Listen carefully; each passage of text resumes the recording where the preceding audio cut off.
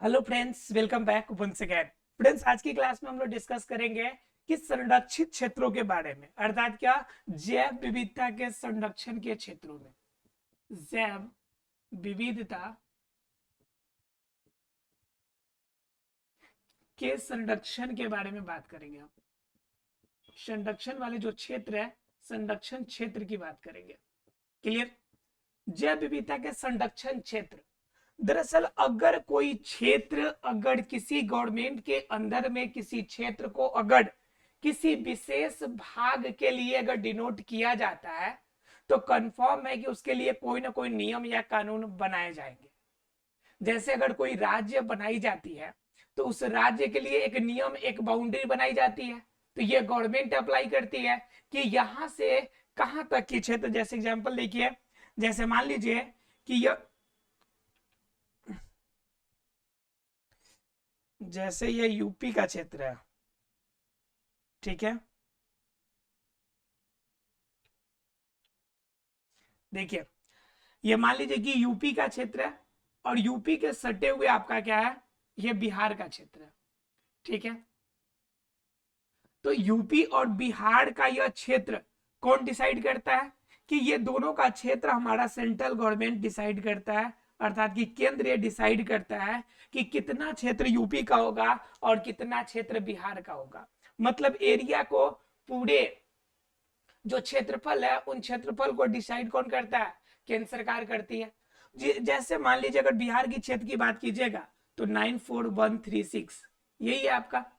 तो ये आपका क्षेत्रफल किसका है? बिहार का है। तो बिहार का क्षेत्रफल सेंट्रल गवर्नमेंट डिसाइड करती है। ठीक उसी प्रकार से कितने क्षेत्र में हमारे पास वन है और उन वन क्षेत्रों में कितना क्षेत्र ऐसा है जिनको सुरक्षित रखा जाए, नहीं तो उनमें विलुप्त होने वाले प्रजाति की संख्या ज्यादा हो जाएगी। इनका डिसीजन भी कौन करेगा? सेंट्रल गवर्नमेंट करेगा। और गवर्नमेंट तो बार बार हर 5 साल पे बदलती रहती है, तो गवर्नमेंट के कहने के हिसाब से कैसे काम चलेगा? इसलिए इस प्रकार के क्षेत्रों को बनाने के लिए कानून बनाया जाता है। और यह कानून जो वन्य जीवों के संरक्षण के लिए बनाया गया, सबसे पहली बार इंडिया में जो अप्लाई हुआ वह 1972 में अप्लाई हुआ। कब हुआ? 1972 में। 1972 में वन्य जीव संरक्षण लागू हुआ। अब वन्य जीव के संरक्षण के नियम लागू हुआ, जिसके तहत क्षेत्रों को आवंटित कर दिया गया कि इन क्षेत्रों में किसी प्रकार के पेड़ पौधों को काटना, किसी प्रकार से इन क्षेत्रों में उपस्थित जीवों को मारना कानूनी अपराध है। उन क्षेत्रों में आप नहीं मार सकते हैं, उन क्षेत्रों में किसी भी तरह से शिकार नहीं किया जा सकता है। तो इस प्रकार के क्षेत्रों का क्या हो गया? बंटवारा हो गया। किसके हिसाब से? 1972 के हिसाब से। लेकिन इनमें भी कुछ संशोधन की आवश्यकता पड़ी कि कुछ क्षेत्रों में संचय करने के लिए, मान लीजिए कि यह क्षेत्र आपका हो गया जैविक उद्यान हो गया, जैविक उद्यान हो गया। अब इन क्षेत्रों के अंदर पाए जाने वाले जीवों के संरक्षण की जरूरत पड़ गई। यह पेड़ पौधों से आपका लदा हुआ पूरी तरह। तो वहां पे क्या हो गया? जैविक उद्यानों के अंदर जीवों के भी संचय की जरूरत पड़ी। तो जीवों के संचय के लिए, ध्यान से समझिएगा, जीवों के संचय के लिए एक और कानून उसमें जोड़ा गया और जीवों के संचय वाला जो कानून है वह 1986 में लागू किया गया। कब लागू किया गया? 1986 में। और वन्य जीव का संरक्षण नियम कब आया? तो 1972 में। ऑब्जेक्टिव क्वेश्चंस एग्जाम में बहुत ज्यादा, यहां तक कि कंपटीशन के एग्जाम में भी आता है कि बताइए वन्य जीव संरक्षण का नियम कब लागू किया गया था। तो यह कानून बन के तैयार हुआ था 1972 में और जीवों के संचय से नियम आपका लागू हुआ था 1986 में। अब जरा बात कर लेते हैं कि जैविक उद्यानों को या फिर सुरक्षित क्षेत्र हो या फिर आपका क्या हो, पशु विहार हो, जिसे सैंक्चुरी भी कहते हैं, तो ऐसे क्षेत्रों को बनाने के लिए विभिन्न प्रकार के क्राइटेरिया रखे गए होंगे। तो अलग अलग क्षेत्रों को बनाने के लिए इनमें भी अलग अलग क्राइटेरिया रखा गया। जैसे मान लीजिए कुछ ऐसे क्षेत्र होंगे जिन क्षेत्रों में अगर हमें जाना भी है तो हमें बिना परमिशन का नहीं जा सकते हैं।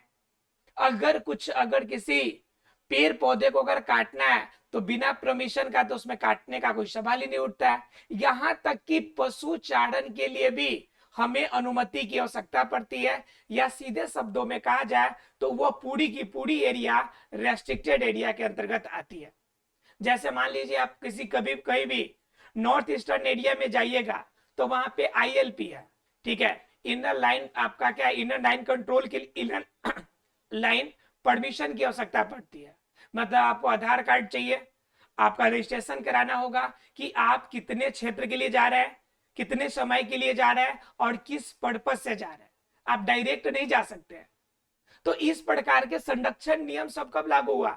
1972 के बाद ये सभी लागू हुए कि किन क्षेत्रों को सुरक्षित करने की आवश्यकता है, किन क्षेत्रों की आपको बचाने की आवश्यकता है। अलग अलग प्रकार के नियम इसी के अंतर्गत लागू होते हैं।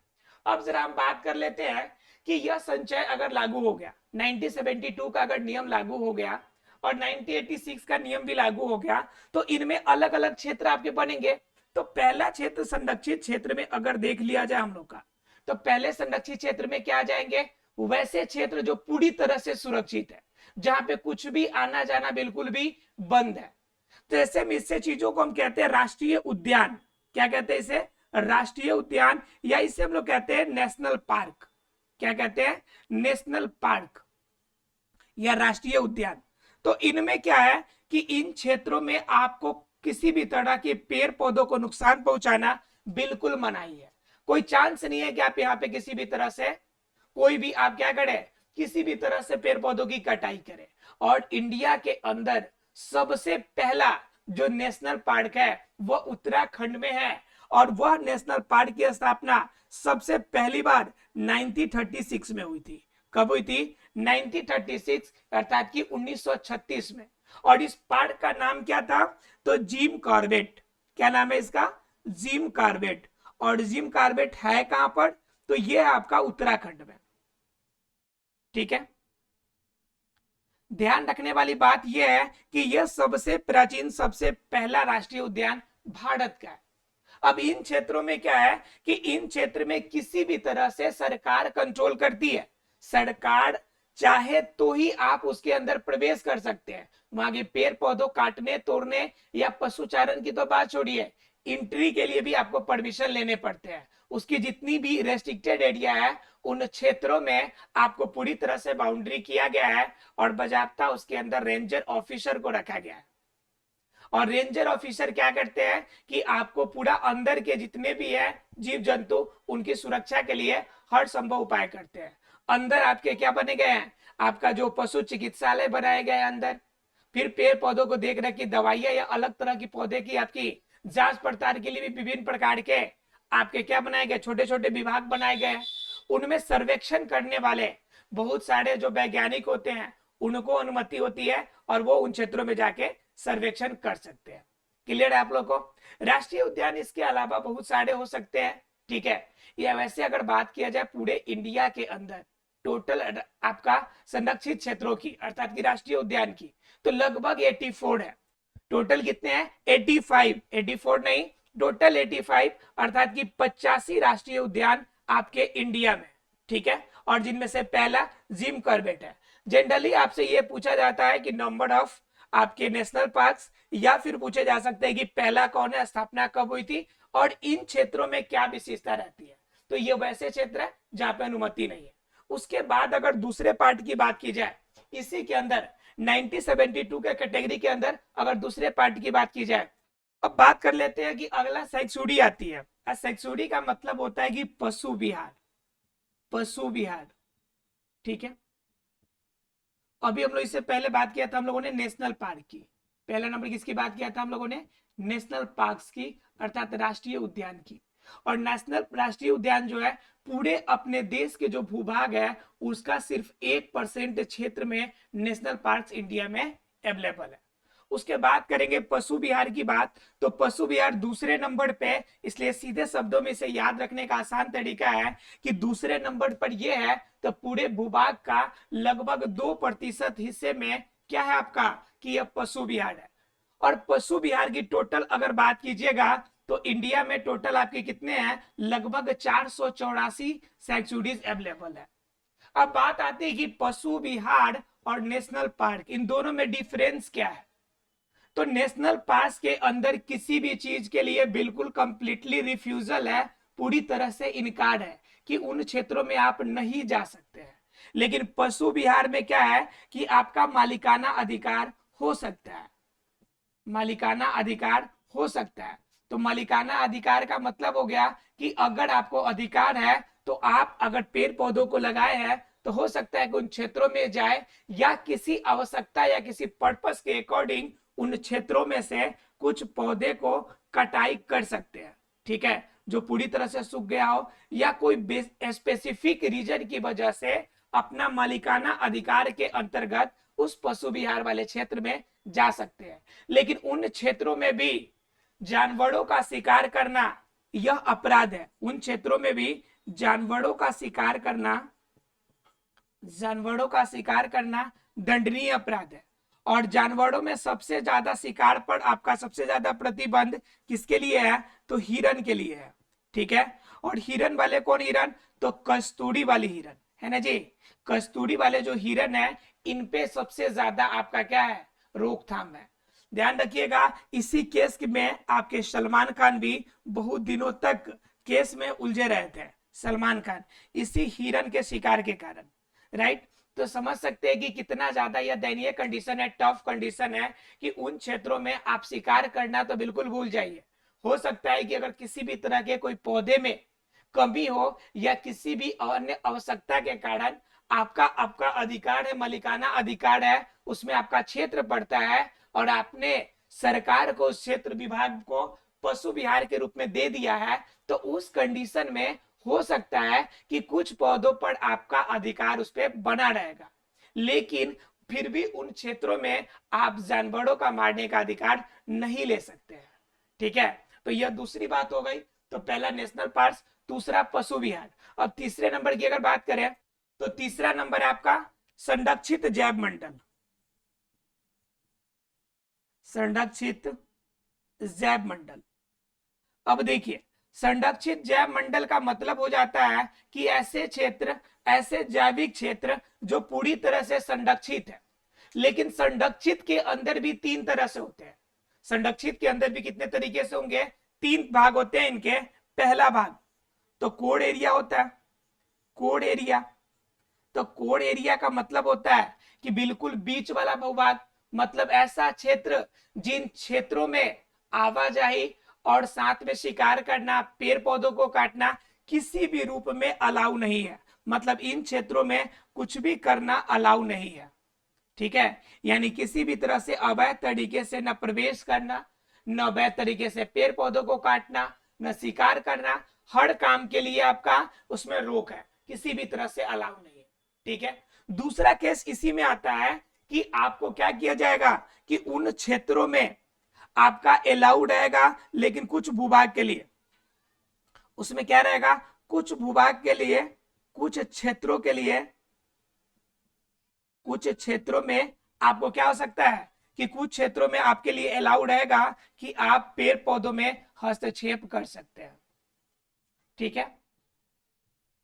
पेड़ पौधों में आपकी पेड़ पौधे कटाई या इन क्षेत्रों में चेंजेस कर सकते हैं। और तीसरा इसी में प्रकार आता है कि उन क्षेत्रों को पूरी तरह से प्राइवेटाइजेशन किया गया है और प्राइवेट पर्पस से उनकी पूरी तरह से देखरेख होती है और उनकी एक कीमत, एक आपकी अवस्थित तय की जाती है, जिनकी वजह से उनमें रहने वाले जीवों को अगर उससे हानि नहीं होता है तो आपको अनुमति दिया जा सकता है कि आप किसी पेड़ पौधे को काट सकते हैं।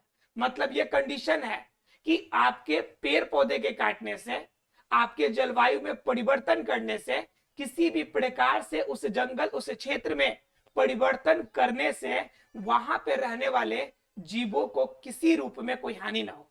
अगर 1% भी किसी रूप में हानि होती है तो उस कंडीशन में आपको अलाउ नहीं किया जाएगा।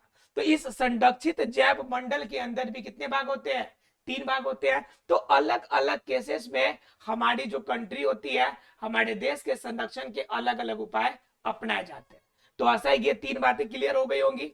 अब जरा हम आगे अगर बात देखिए, अभी चार्ट के अलावा तीन हो गए। तीन के बाद चौथा की बात करें तो एक होता है पवित्र उपवन। एक क्या होता है आपका? पवित्र उपवन। तो पवित्र उपवन का मतलब क्या समझते हैं?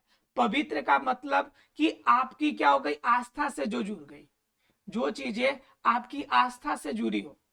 तो आस्था से जुड़ी हो का मतलब क्या समझते हैं आप? कि आस्था से जुड़ी हो, इसका मतलब हो गया कि आप किसी धार्मिक पर्पस के लिए, किसी धार्मिक क्रियाकलाप से आप इसको जोड़ देते हैं। जब धार्मिक क्रियाकलाप से जोड़ देंगे तो उन पेड़ पौधों को कटाई करना लगभग मना ही हो जाता है। जैसे आपको पता है कि पीपल का पौधा है, अगर पीपल का पौधा है अगर कहीं पे लगा हुआ है तो उसमें आप क्या करते हैं कि उनकी कटाई करना नहीं चाहते हैं। हिंदू धर्म में ऐसा माना जाता है कि पीपल के पौधे पे भगवान वास करते हैं, तो पीपल के पौधों को आप नहीं काट सकते हैं। पीपल के पौधों को नहीं काट सकते हैं, पहली नंबर बात। दूसरी नंबर बात अगर देखिएगा तो जो आपका जितने भी जनजाति होते थे, उन जनजातियों के लिए फेवरेट जो होता था कदम का पेड़ होता था। अर्थात कि देखिएगा एग्जाम में बहुत बार क्वेश्चन आता है कि कदम का पेड़ मतलब कि जनजाति के लिए, जो मुंडा जनजाति है उनके लिए पवित्र पेड़ का नाम बताइए, तो उस समय आपका कदम होगा। ठीक है, तो वह कदम उनके लिए क्या हो गया? पवित्र, आपका पवित्र पौधा हो गया। तो उस कंडीशन में ऐसे पौधों का जो क्षेत्र होगा, उन क्षेत्रों में आपको इन पौधों को काटना नहीं होगा। उन पौधों को अगर नहीं काटते हैं तो समझिए कि वो आपकी धार्मिक आस्था से जुड़ा हुआ है और वह पवित्र उपवन के भाग में आ जाते हैं। और जो पवित्र क्षेत्र है वह भी एक प्रकार का संरक्षित क्षेत्र ही बन जाता है। क्लियर है आप लोग को? तो इस तरह से आपका क्या हो गया? स्टेजेस बन गए। यह 4 तरीके हो गए जो जैव विविधता के संरक्षण के क्षेत्र को डिनोट करते हैं। अब जरा बात कर लेते हैं टोटल। अब टोटल अगर बात करें तो टोटल जैव विविधता के संरक्षण को हम एक चार्ट आपका डेटा से बताने की कोशिश करते हैं, जरा समझिए। मेन चीजें क्या है कि बातों को समझना, जिसे आप डाटा के फॉर्म में आगे भी लिख सकते हैं, एग्जाम के लिए भी उपयोगी होगा। ठीक है, और जितना ज्यादा शॉर्ट डायग्राम बना के आप नोट्स बनाएंगे उतना ज्यादा आपके लिए बेनिफिशियल होगा। ठीक है, देखिए जैव विविधता के संरक्षण के 2 स्तर से करेंगे आप संरक्षण। तो मैंने बताया था 2 स्तर में क्या, एक तो हो जाएगा आपका स्वस्थाने, एक क्या हो जाएगा? स्वस्थाने, और दूसरा क्या हो जाएगा? स्वस्थाने, और एक बाह्य स्थाने, बाह्य स्थाने। ठीक है, स्वस्थाने और बाह्य स्थाने। क्लियर है? अब स्वस्थाने के अंदर में क्या आ जाएगा और बाह्य स्थाने में? बाह्य स्थाने में तो 2 भाग हो जाएंगे। क्या भाग हो जाएंगे? एक तो आपका बोटेनिकल गार्डन हो जाएगा, जिसे हम लोग क्या कहते हैं? जैविक उद्यान। जैविक उद्यान कहते हैं, बोटेनिकल, बोटेनिकल गार्डन। दूसरा नंबर क्या हो जाएगा कि जीन बैंक हो जाता है, जीन बैंक। या फिर जहां पे क्या कर सके हैं आप, मॉड्यूल तरीके से नया पौधे की प्रजनन करा के नए पौधे आप तैयार करते हैं। तो बाह्य स्थान के अंदर 2 भाग हो गए। फिर बात कर लेते हैं स्वस्थाने के अंतर्गत। तो स्वस्थाने के अंदर क्या कि जिस क्षेत्र में रहे उसी क्षेत्र के अंदर क्या, तो उसी क्षेत्र के अंदर मतलब क्या, स्वस्थाने के अंदर आता है कि सुरक्षित क्षेत्र।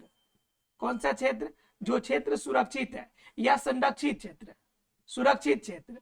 अब ये सुरक्षित क्षेत्र में कितने भाग होंगे? तो ये सुरक्षित क्षेत्र भी 4 तरह के होते हैं। कितने तरह के होते हैं? 4 तरह के। तो पहला क्षेत्र क्या हो जाएगा आपका? ये नेशनल पार्क्स, यानी कि राष्ट्रीय उद्यान, नेशनल पार्क्स पहला नंबर। दूसरा नंबर क्या हो जाएगा आपका? सैक्सुडी हो जाएगा, यानी पशु विहार, पशु विहार। ठीक है, तीसरा क्या हो जाएगा आपको बताइए? ये नेशनल पार्क हो गया, पशु विहार हो गया, तो तीसरा क्या हो जाएगा भाई? तो तीसरा कंडीशन आपके लिए हो जाएगा नेशनल पार्क, पशु विहार के अलावा तीसरा केस क्या उत्पन्न होगा आपके लिए? तो तीसरा केस उत्पन्न होगा आपके लिए संरक्षित जैव मंडल, संरक्षित जैव मंडल। ठीक है, और चौथा पार्ट अगर बात कीजिएगा तो चौथा क्या हो जाए, नेशनल पार्क, पशु विहार, संरक्षित जैव मंडल। और चौथा पार्ट अगर इसी का देखिएगा तो क्या मिलेगा हमें देखने को, तो इसमें चौथा देखने को मिलता है जिसकी चर्चा हमने अभी आपसे करी कि वह पवित्र पवित्र संरक्षित क्षेत्र ना जी, पवित्र संरक्षित क्षेत्र, या फिर सीधे शब्दों में क्या है तो इसी को हम कहते हैं कि पवित्र उपवन। क्या कहते हैं, पवित्र उपवन। ठीक है, तो ये 4 भाग हो गए। तो टोटल इस तरह से जैव विविधता के संरक्षण के इतने क्षेत्र होते हैं और अलग अलग रूप में हम इसका इस्तेमाल करते हैं। तो आशा है फ्रेंड्स ये संरक्षण के तौर तरीकों को आपको समझ में आ गया होगा। अब संरक्षण के उपाय क्या क्या कर सकते हैं, उनके उपाय के बारे में जानेंगे हम लोग कि कैसे इंडिविजुअली बचा सकते हैं और उसके लिए कौन कौन से नियम कानून लाए गए हैं, उनकी चर्चा हम अगले क्लास में करेंगे। मिलते हैं अगले क्लास में, तब तक के लिए thank you very much friends. एक और बात, पूरी सीरीज पूरी चैप्टर की टॉपिक आपको क्या दी गई है, पूरी प्ले स्टोर में दी गई है, पूरी आपकी एक प्लेलिस्ट में बनाई गई है, आप उसे क्रमवार तरीके से जरूर देखें। मिलते हैं अगले क्लास में, तब तक के लिए thank you very much friends.